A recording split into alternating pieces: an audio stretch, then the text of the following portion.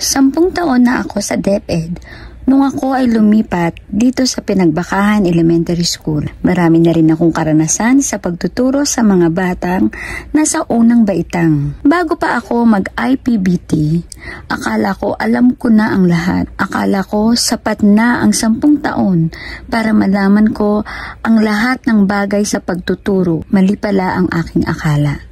Malaking pag-a-adjust ang nangyari sa unang taon ko sa pagtuturo dito. Dahil sa kakulangan ng guro, naatasan akong magturo ng kinder at grade 1. Nahirapan ako sapagkat sanay ako sa isang grade lamang ang tinuturuan.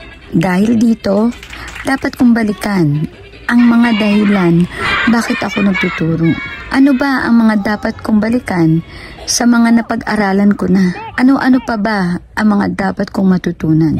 Hanggang noong ika-16 ng Disyembre 2022, lumabas ang isang memo na dapat mag-IPBT ang mga bagong hire na teacher sa Malolos, kabilang na ako.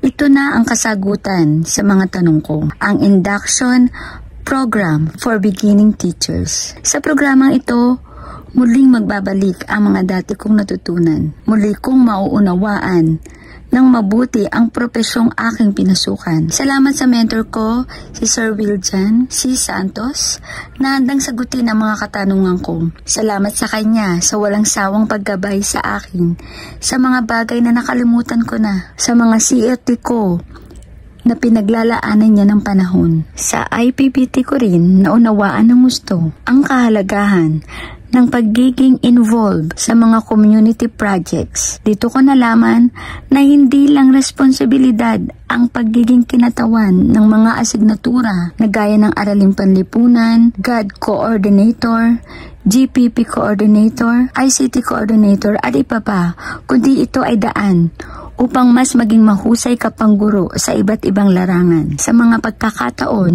na ipinagkatiwala sa akin ang mga bagay na ito, marami akong nalalamang kakulangan o suliranin sa aking mag-aaral.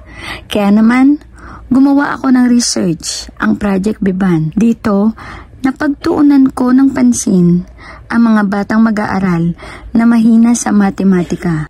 Salamat din at ito ay napasama sa birth. Nalaman ko na may hina ring bumasa sa aking mga mag-aaral. Sa barangay pala namin ay mayroong community reading program at ako ang naging coordinator. Masayang mapabilang sa SDO Malolos. Binigyan ng pagkakataon ang mga guro na maipamalas nila ang kanilang talento sa pamamagitan ng paligsahan gaya ng talentadong Malohenyo. At ipinagmamalaki ko sabihin kasama ako sa grupo ng mga nanalo. Marami pa akong hindi alam at gusto ko pang matutunan. Kaya naman voluntaryo akong nagpresenta upang mag-demo sa matatag kinder. Dito nalaman ko ang mga bagay na dapat ko pang pag-usayan. Nabigyan din ako ng pagkakataon na umattend ng mga trainings, seminar na sobrang blessing dahil marami akong natutunan gaya ng Braille at First Aid. Salamat sa pagkakataong napabilang ako sa kagawaran ng edukasyon. Wala sa tagal ng panahon na nasa loob ka ng kagawaran. Bagkus, kung papaano mo